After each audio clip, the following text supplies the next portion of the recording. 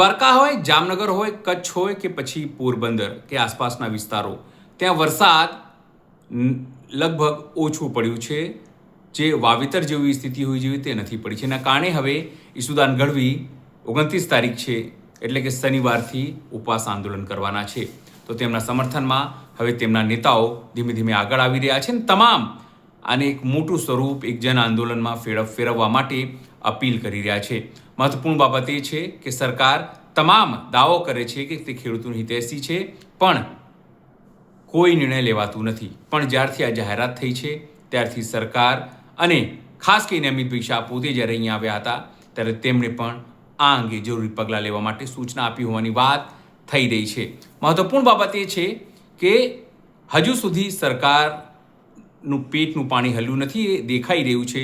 છતાં આમ આદમી party political આંદોલન કરી રહી છે, નોન પોલિટિકલ નહીં, અને તમામ ખેડૂતોને તેને આહ્વાન પણ કર્યું છે, જેમાં ઈસુદાન ગઢવી પોતે ઉપવાસ આંદોલનનું લીડ કરતા હોય દેખાઈ રહ્યા છે. સમગ્ર આમ આદમી પાર્ટી હવે એકજૂટ દેખાઈ રહી છે. એટલે હવે તમે માનીને ચાલો કે 2027માં ખેડૂતોના મુદ્દે આમ આદમી પાર્ટી લડી લેવાના મૂડમાં છે. નમસ્કાર, હું છું ચિંતામણી પુત્ર અનિલ પટેલ.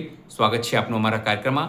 આવો સાંભળીએ જે અલગ અલગ નેતાઓ છે તે શું કહી રહ્યા છે અને કેવી રીતે હવે આંદોલનની તૈયારી અને કેટલા દિવસ સુધી, કારણ કે જ્યાર સુધી સરકાર દુષ્કાળગ્રસ્ત વિસ્તારોને જાહેર નહીં કરે, મદદ નહીં કરે, ત્યાર સુધી આંદોલન કરવાની વાત કરવામાં આવી રહી છે. ત્યારે આવો સાંભળીએ આ તમામ જે નેતાઓ છે તે શું કહી રહ્યા છે. नमस्कार। गुजरात के अंदर 30 साल से गुजरात के किसानों ने भारतीय जनता पार्टी की सरकार बनाई है। बार बार किसानों ने भाजपा को मौका दिया सरकार बनाने का, चलाने का, काम करके दिखाने का। जब जब भाजपा की जरूरत होती है गुजरात के किसान भाजपा का साथ देते हैं, लेकिन जब किसानों को जरूरत पड़ती है भाजपा की सरकार किसानों को दुत्कार देती है, किसानों की आवाज नहीं सुनती है, और अगर आवाज उठाते हैं तो पुलिस भेज करके दमन करती है। चाहे वो कर्दा प्रथा हो, जब किसानों ने आवाज उठाई उनके ऊपर FIR डाल दिए गए।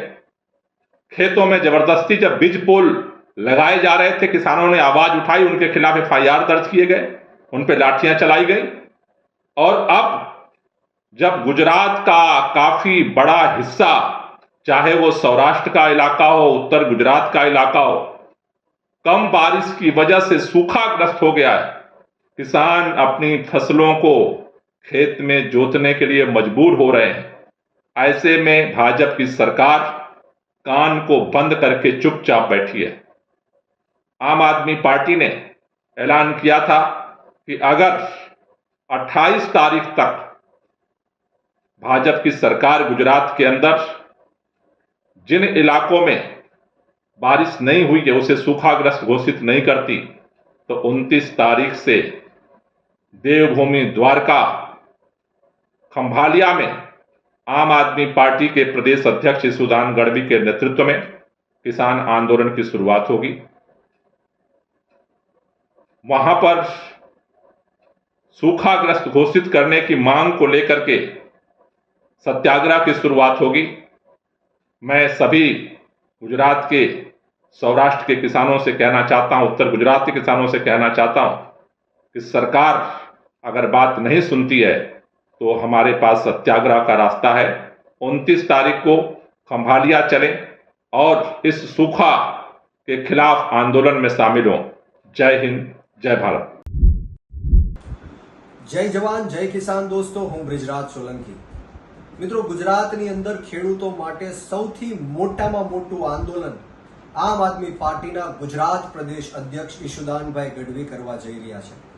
આવનારી તારીખ 29ના રોજ ખંભાળિયા ખાતે જે વિસ્તારોની અંદર વરસાદ નથી પડ્યો અને પાણી ન હોવાના કારણે, પાણીની અછત હોવાના કારણે જે ખેડૂતોને પાકમાં નુકસાની થઈ છે, ત્યારે આ વર્ષ દુષ્કાળગ્રસ્ત ઘોષિત કરવા માટે, અનેક જિલ્લાઓને દુષ્કાળગ્રસ્ત ઘોષિત કરવા માટે, યોગ્ય સહાય આપવા માટે અને ખેડૂતોના હક, અધિકાર અને ન્યાયની વાત કરવા માટે ઈશુદાનભાઈ ગઢવી દુષ્કાળ ઘોષણા સત્યાગ્રહ ઉપર આંદોલન કરી રહ્યા છે, ધરણા ઉપર બેસી રહ્યા છે.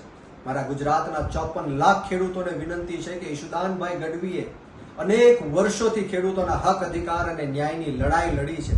ટીવીના માધ્યમથી, ન્યૂઝના માધ્યમથી ઈશુદાનભાઈ ગઢવીએ ખેડૂતોનો અવાજ બુલંદ કર્યો છે, ખેડૂતોનો અવાજ સરકાર સુધી પહોંચાડવાનું કામ કર્યું છે. ત્યારે ખેડૂતો માટે જો ઈશુદાનભાઈ ગઢવી આંદોલન ઉપર બેસતા હોય, ધરણા ઉપર બેસતા હોય, તો આપણી પણ નૈતિક જવાબદારી છે કે ઈશુદાનભાઈ ગઢવીને આપણે સાથ સહકાર આપીએ. ગુજરાતના 54 લાખ ખેડૂતોને હું વિનંતી કરું છું કે ખેડૂતો સાથે આપણે સૌ સાથે મળીને એમને અન્યાય ન થાય, અત્યાચાર ન થાય, એ માંગ સાથે આપણે ઈશુદાનભાઈ ગઢવીને સમર્થન આપવું જોઈએ અને આ ધરણામાં આપણે જવું જોઈએ. જય જવાન, જય કિસાન, ભારત માતા કી જય. જય જવાન, જય કિસાન. હું દેવભૂમિ દ્વારકા જિલ્લા પ્રમુખ આમ આદમી પાર્ટી રામજીભાઈ આપ સર્વને ખાસ વિનંતી કરું છું. આવનાર તારીખ 29/8/2026 સવારે 9 વાગ્યે જામ ખંભાળિયાથી સલાયા જતા રોડ વાણિજ્ય કોલેજની બાજુમાં આમ આદમી પાર્ટી દ્વારા દુષ્કાળ ઘોષણા સત્યાગ્રહનું આયોજન કરવામાં આવ્યું છે, જેમાં આમ આદમી પાર્ટી સંગઠનના તેમજ આમ આદમી પાર્ટીના ધારાસભ્યશ્રીઓ અને પ્રદેશ અધ્યક્ષ ઈશુદાનભાઈ ગઢવી આ ખેડૂતોની 6 માંગો વિશે બેસવાના છે. ખેડૂતોના દેવા માફ કરવામાં આવે, પશુપાલન માટે ઘાસચારો આપવામાં આવે, સોની યોજના મારફત પાણી આપવામાં આવે અને દરેક ગામડે રાહત કામગીરી ચાલુ કરવામાં આવે, વીજળી બિલ માફ કરવામાં આવે. આ 6 માંગોને લઈ અને આમ આદમી પાર્ટી ખેડૂતો અને આમ નાગરિકો માટે આ સત્યાગ્રહ છાવણીનું નિર્માણ કરી રહી છે. તો દેવભૂમિ દ્વારકા જિલ્લો, જામનગર જિલ્લો અને પોરબંદર જિલ્લાના તમામ ખેડૂતો, યુવાનો, માતાઓ, બહેનો, વડીલો, આગેવાનો અને આમ જનતા જે ગ્રામીણ વિસ્તારમાં રહેતી હોય તેમને વિનંતી છે, આપ ખૂબ બહોળી સંખ્યામાં આ ખેડૂત દુષ્કાળ ઘોષણા સત્યાગ્રહ છાવણીમાં અવશ્ય આવો. ભૂલશો નહીં. તારીખ 29/8/2026 અને સવારે 9 વાગ્યે વાણિજ્ય કોલેજની બાજુમાં જામ ખંભાળિયાથી સલાયા જતા રોડ ઉપર. જય જવાન, જય કિસાન. નમસ્કાર મિત્રો, જય દ્વારકાધીશ, જય માતાજી. આજે ફેસબુક લાઈવના માધ્યમથી હું તમને એક વાત કહેવા માગું છું કે આપણા સૌના લોકલાડીલા અને ખેડૂત મસીહા ઈશુદાનભાઈ ગઢવી આવનારી 29 તારીખે ખંભાળિયામાં દુષ્કાળ ઘોષણા સત્યાગ્રહનું આયોજન કરી રહ્યા છે. ઈશુદાનભાઈ ગઢવી હંમેશા ખેડૂતો માટે લડતા રહ્યા છે. એ જ્યારે વીટીવી ન્યૂઝમાં મહામંથનનો કાર્યક્રમ ચલાવતા હતા ત્યારે પણ ખેડૂતો માટે સતત લડ્યા, સતત પ્રશ્નો ખેડૂતોને ઉઠાવ્યા. અને અત્યારે જ્યારે આમ આદમી પાર્ટીના પ્રદેશ પ્રમુખ છે ત્યારે સતત ખેડૂતો માટે, વંચિતો માટે, મધ્યમ વર્ગ માટે, ગરીબો માટે પ્રશ્નો ઉઠાવે છે. અત્યારની પરિસ્થિતિ બહુ ખરાબ છે, ખાસ કરીને ખેડૂતો માટે અને પશુપાલન માટે. કેમ કે દેવભૂમિ દ્વારકા જિલ્લો, પોરબંદર જિલ્લો, જામનગર જિલ્લો, કચ્છ જિલ્લો એ બધા જિલ્લામાં બહુ જ ઓછો વરસાદ થયો છે, જેના કારણે ખેડૂતોએ જે થોડો વરસાદ થયું હતું ને વાવેતર કર્યું છે એ મોલ અત્યારે સુકાઈ રહ્યા છે. પશુપાલન કરતા પશુપાલકોને, માલધારીઓને તકલીફ પડી રહી છે. ઘાસચારાની, લીલું ઘાસ કે સૂકું ઘાસ, નિરણ પૈસા દેતા મોંઘા ભાવે પણ મળતી નથી. અને આ ભાજપ સરકાર ગાઢ નિંદ્રામાં સૂતી છે. એને જગાડવા માટે આપણે સૌ ખેડૂતોએ નાત, જાત, પક્ષા પક્ષી, જ્ઞાતિ, ધર્મ બધું ભૂલી અને 29 તારીખથી જ્યાં સુધી આ સરકાર આપણી આ વાતો આપણને સમર્થન ના આપે, આપણા આ પ્રશ્નોને પૂરા ન કરે, આપણા એરિયાને, આપણા વિસ્તારને દુષ્કાળગ્રસ્ત જાહેર ના કરે, ત્યાં સુધી ઈશુદાનભાઈ ગઢવીને ખંભે ખંભો મિલાવી આપણે સૌ ખેડૂત ભાઈઓ બહેનો એમને સાથ આપીએ, સહકાર આપીએ, જેથી કરીને આ સૂતેલી સરકાર, ભાજપ સરકાર જાગે અને આપણને, આપણા એરિયાને દુષ્કાળગ્રસ્ત જાહેર કરે, પશુપાલકો માટે ઘાસચારાના ડેપો ઊભા કરે, આજુબાજુના 6 થી 7-8 કિલોમીટર, 10 કિલોમીટરની એરિયામાં, ત્રિજ્યામાં એક ઘાસચારાનો ડેપો થાય અને વ્યવસ્થિત એનું વિતરણ થાય. લાગતા વળગતા ખાલી ભાજપવાળાને જ મળે એવું નહીં, પણ દરેક પશુપાલકને જરૂરિયાતમંદને ઘાસચારા ઉપલબ્ધ થાય, તેમજ જે આ વાવેતર કરીને અત્યારે ખેડૂત પોતાની પાસે થોડી ઘણી બચત હતી એ પણ આમાં બિયારણમાં, મોંઘા ભાવના બિયારણમાં બચત વાપરી નાખી છે. તો ખેડૂતો અત્યારે કર્જામાં ડૂબી ગયા છે. તો સરકારે કમસે કમ આ વર્ષનું કર્જ તો માફ કરી જ દેવું જોઈએ. આપણી તો ઈચ્છા એવી છે કે સંપૂર્ણ કર્જ માફી કરે, પણ છતાં એક વર્ષનું કર્જ માફ કરી દે, આ વર્ષના લાઇટ બિલ માફ કરે. સૌની યોજના દ્વારા જેટલા પણ જળાશયોમાં, જેટલા પણ ડેમોમાં પાણી આપી શકાય છે, પાણી આપવાનું છે, એમાં પાણી આપે. નાટકબાજી નહીં, જેમ ખંભાળિયામાં ઘી ડેમમાં ખંભાળિયાની વસ્તી માટે જે મજાક મસ્કરી કરી હતી, આમ ગાલ ઉપર જેમ એક શું કહેવાય ઝાપટ મારી હતી, એવું નહીં. ખરેખર સૌની યોજનાનું પાણી આપે, તમામ જળાશયોમાં પાણી આવે. અત્યારે પીવાના પાણીની પણ તકલીફ છે, સિંચાઈના પાણીની તો વાત જ જવા દો. અને સિંચાઈનું પાણી હવે આપે તો એ મને નથી લાગતું કે હવે કાંઈ આ વર્ષે મોસમ થાય, આ વર્ષે પાક આવે એવું લાગી રહ્યું નથી. કારણ કે લગભગ 90% જેટલું પાકનું અત્યારે પૂરું થઈ ગયું છે.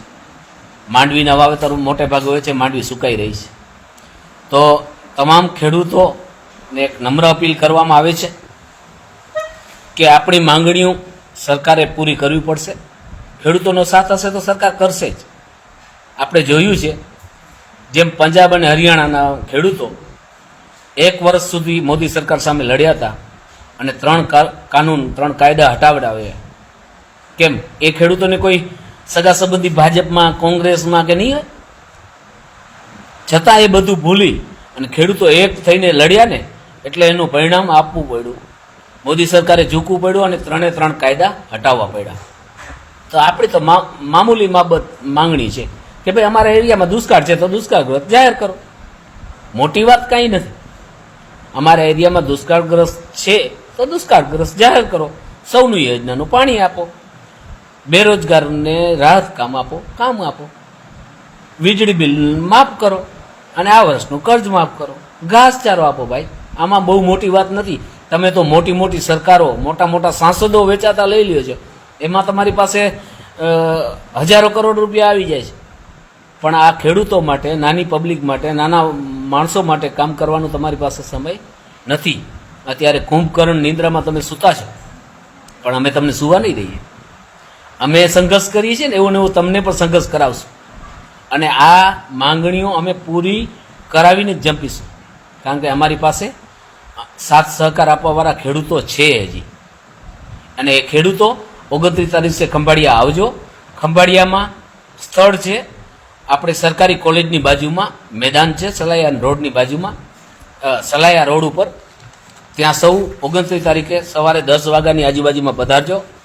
ઈસુદાનભાઈ ગઢવી હશે, એમની સાથે આમ આદમી પાર્ટીના ધારાસભ્યો હશે, આમ આદમી પાર્ટીના પ્રદેશના નેતાઓ હશે, બધા લોકો આવશે. અને આ આંદોલન વચ્ચે વચ્ચે ફોન આવી જતા લાઈવ કપાઈ જાય છે. આ આંદોલન ઈસુદાનભાઈ ગઢવીનું આંદોલન નથી. આ આંદોલન આપણા સૌ ખેડૂતોનું છે. તો બધા મિત્રોને એક નમ્ર વિનંતી છે કે આવો આપણે બધા એકવાર ખેડૂત બનીએ. નાત, જાત, ધર્મ, જ્ઞાતિ, પક્ષાપક્ષી બધું ભૂલી અને એકવાર ખેડૂત બનીએ. જો પછી આ તાનાશાહ સરકારને ઝૂકવું પડે છે કે નહીં. માટે દુષ્કાળ ઘોષણા સત્યાગ્રહમાં સર્વે ખેડૂત ભાઈઓ બહેનો પધારો એવી લાગણી, એવી અપેક્ષા છે. જય હિન્દ, વંદે માતરમ, જય જવાન, જય કિસાન, જય जय गरवी गुजरात. नमस्कार, मैं डॉक्टर कायनात अंसारी आता, उपाध्यक्ष आम आदमी पार्टी गुजरात प्रदेश। एक ऐसी पार्टी और एक ऐसा नेता जो हमेशा खेडूतों के हक के लिए लड़े हैं।